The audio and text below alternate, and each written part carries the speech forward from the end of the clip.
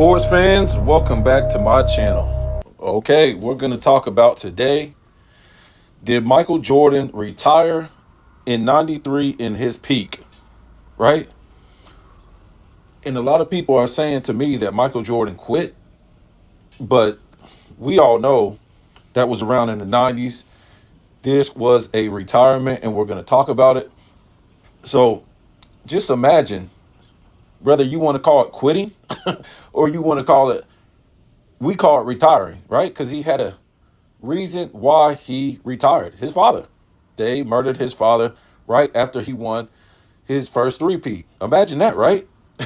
I'm not going to say any names, but just imagine, somebody's father get murdered after they do a three-peat, right? And this is something that was legendary too. A three-peat. Had it been done since the Celtics of the 60s, right? Jordan had three historic finals, right? All three finals was historic in some type of way. The 41 points, and we'll talk about that in a minute with the Suns. Portland had a better team, clearly. And they said Michael Jordan couldn't shoot the three. The first one to win against the Lakers. And if I'm not mistaken, I think they picked the Lakers to win that series. Michael Jordan averaged like 11 assists per game and like 32 points per game, if I'm not mistaken.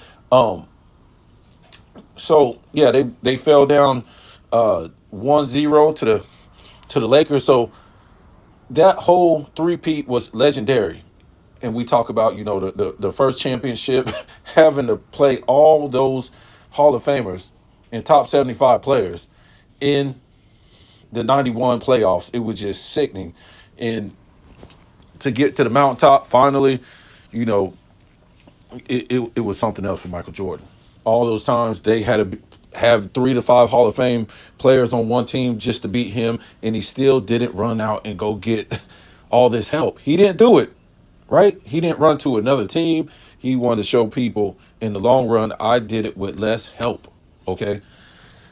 So that's why Michael Jordan retired in 93, because his father was shot and killed after he won his third NBA championship. And I don't know, it might have been like less than a month after he won that championship, right? I'm not sure. It was in the summer. It wasn't too long after he won that championship. And he said that he didn't ever want to play if his father wasn't in the stands, right? That's what he said. And he retired. I mean, I can't even imagine what that guy went through. I mean, goodness gracious, you just won a three-peat and somebody murders your father? I mean, that's a lot. So the question is, did Michael Jordan retire at his peak? Or if the LeBron fans, the loser fans want to say, did he quit at his peak? Okay. And I think he quit. I mean, I think he retired in his peak. We all know that when we were back then, Jordan retired in his peak. And this is what I would like to say. Some people say he had a peak the rest of his career. I'm not. He was still a great player, but he still wasn't the same Air Jordan. He wasn't the defensive player that he was, where he continued to have 200 plus steals. His assists and rebounds went down. He just wasn't that same peak Michael Jordan, and we'll talk about that in a minute. But Michael Jordan retired in his peak in '93, and you know what's so crazy about it? That last finals in 1993, he averaged 41 points per game. So the man was still peaking. You know what I'm saying? He was still peaking in year 9. And to me, if he would have not have retired, right, it would have been 95 and 96. Oh, my fault. 94 and 95, right? In I maybe look, whew, I gotta go with 94 and 95. In maybe 96, right? Because I saw in 96, he had one of the greatest seasons of all time, but he was not Air Jordan no more. And that's debatable too. If he would have lost some of if he would have kept some of that athleticism more than Air Jordan, if he would have not have retired. But I'm giving him, 94 and 95, he would have still been the same Air Jordan, right? I mean, the man was still a monster in 93. And look, we're going to go over these numbers right here. And let me say this first. For him to come back, and we all saw what happened in 95, Michael Jordan was not Air Jordan. He did not have the same lift. His shooting percentage was down because what he found out was, I'm not Air Jordan no more. So now I'm going to have to shoot the ball more. I'm going to have to play even smarter. Not that he never played smart. He was, you talk about IQ, we talk about LeBron. It's not even close. You don't have to have too much of an IQ in the LeBron era when the defense is weak. So you don't have to have too much of an IQ. They just, I'm not going to talk about that. Let's move on. Okay, so he knew he had to be even smarter, and his fundamentals had to be even better, right? After he saw what happened to him in 95. And granted, it was only 18 games, right? But it doesn't matter. He came back in 96 and he was not the same Air Jordan. Great defensive player, but not the same defensive player, not the same rebounder, not the same player. Okay, so now, he played in the 80s, right? With a lot of guys that won championships, like the Celtics. They were not great athletic team. They was not a great athletic team. You take a Spurs team, they wasn't a great athletic team. These guys played off of fundamentals, X's and O's and stuff like that. So Jordan knew when he came back the 95, 96 season, he was not Air Jordan. So he would have to be something that they never seen before. And that was a guy that could shoot the hell out of the ball from mid-range. And he showed up that season, and wow. If you're able to see Michael Jordan's 95, 96 season, it'll give you chill bumps, okay? He still had a little bit of air. I'm not trying to say he wasn't dunking or driving to the basket, but, it wasn't that 50-50 no more, okay? In 93, in the 90s and stuff like that, it was 50-50. Shoot 50%, drive 50%. So it was like that in the early 90s on the first three-peat. But on the second three-peat, I would say it was more 70% mid-range and about 30% to the basket. That's just how it was. So just incredible. Not just 96, 97, 98. These seasons were incredible. And it really, it's just still mind-blowing and baffling when you watch those seasons. You're like, what? This ain't the Michael Jordan that, they got on the mixtape and he's dunking on all these people and he's known for Air Jordan. This guy was shooting lights out, doing crazy shots. Long mid-range, inside inside the arc. Pump fakes, up and under, crazy fadeaways. It was just nuts. So, to me, I've already said this. That's my best version of Michael Jordan, right? Because to me, he proved that he was the greatest shooter of all time. And I know a lot of people want to talk about Curry. They want to talk about Durant. They want to talk about Bird. No, those 3 years proved to me, I'm talking about with guys draped on them, pump fakes, up and under, all these crazy moves, the footwork. I'm talking about Michael Jordan always been the type of guy that he would keep his opponent off balance as soon as he got the ball. He didn't waste no time attacking you. As soon as he got the ball, he did not waste time. And that's why he was always like successful going to the basket and doing his moves or whatever he did. He this ball hog thing where he shot 22 times, 23 times, he played off the ball. They threw the ball to him and either he threw it away passed it, or he just attacked you. It wasn't no sitting there. Let me see what my defender can do. Dribble, dribble, dribble. No, he attacked you. And look, and that's what he did in the 96, 97, 98 season. He attacked fools, but really wasn't going to the basket a lot. He would just get you off balance so he could shoot these fadeaways, up and under moves, and stuff like that. It was just brilliant. I've never seen nothing like it. So you take a Kevin Durant, right? He's 7 foot, and he's just gonna shoot right over you, right? Or there's really no defense on the guy. He doesn't have to do these crazy fadeaways. He don't have an arm guard on him. He don't have hand checking. He really don't have any defense, right? So he could just stroke that thing. Not that he can't shoot. Yeah, he can shoot, but it's really uncontested with this guy. You know what I'm saying? And then you got Curry. He's running off screens. You really can't D this guy up, not because he's running off screens, but because you can't really play no defense. So you really can't get a sense of how good these guys really are, these shooters, right? Because you can't play the same defense that was in the 90s. So let's get into this one right here. To me, this was Michael Jordan's peak, and it started when he was a rookie, right? He peaked soon as he came in.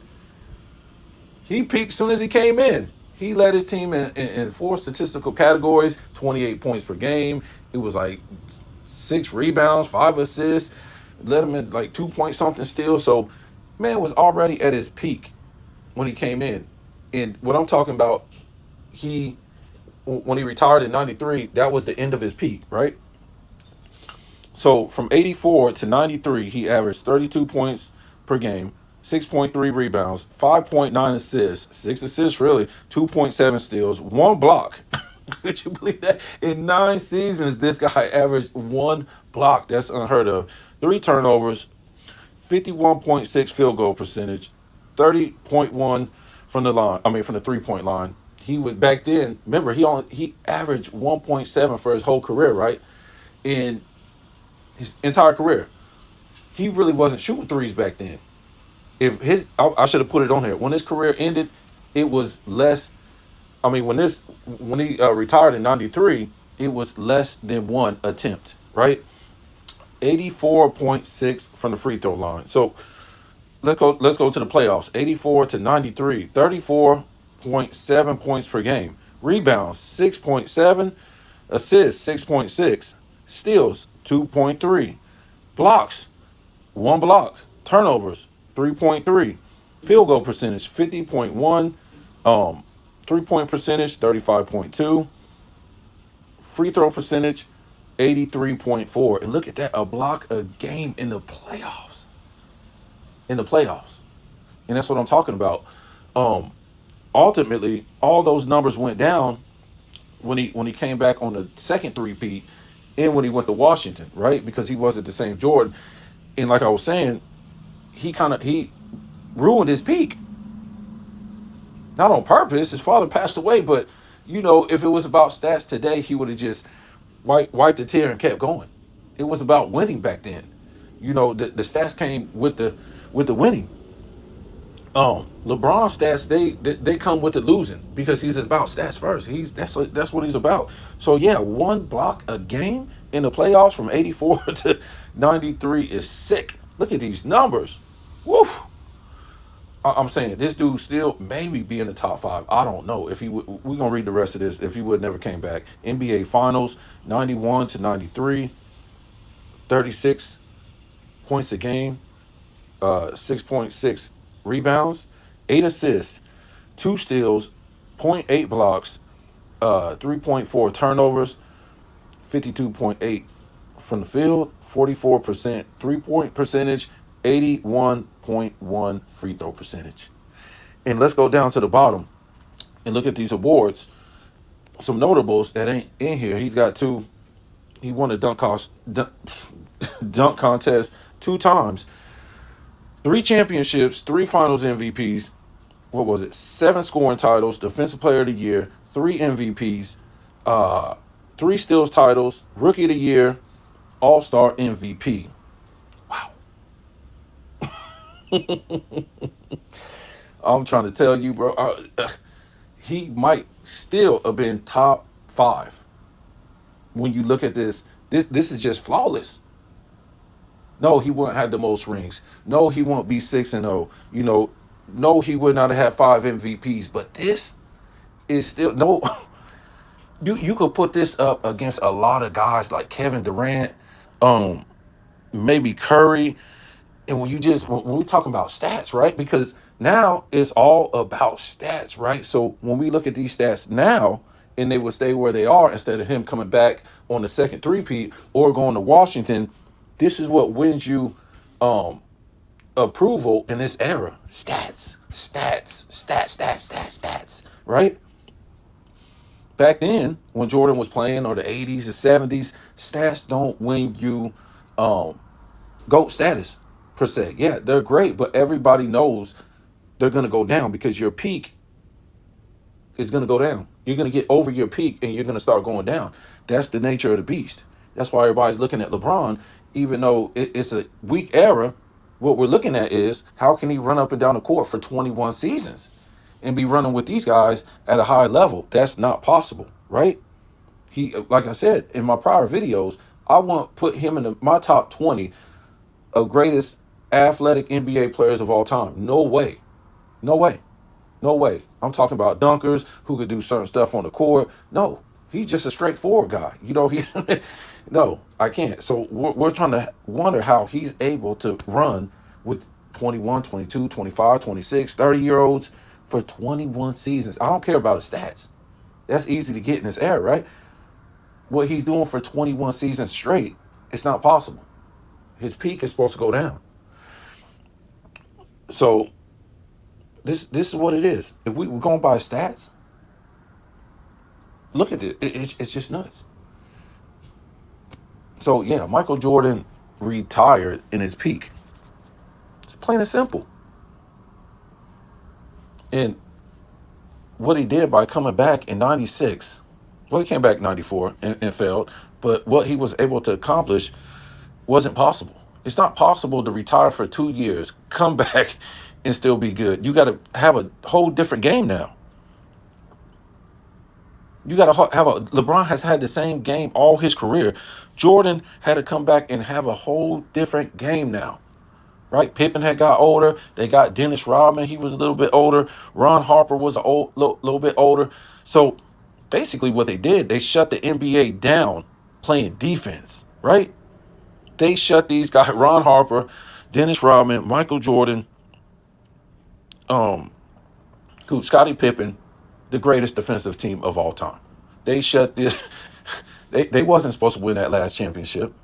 Let me tell you what, the Sonics was a great defensive team. They was even better than the Sonics. Okay, Utah was a great defensive team too. They shut down the whole league, winning 70, going 72-10 on defense. So yeah, Jordan wasn't the same great defender he was in the early 90s, the 80s, but it comes down to fundamentals on offense and defense, right? So you guys tell me what you think. Jordan could have been even better if he would not have retired. He would have had, more championships. His stats would have been better. He would have had more MVPs. And people better be lucky he retired, because they won't even be having no GOAT debate today. It won't be no GOAT debate. It's not really a GOAT debate, but, tell me what you think.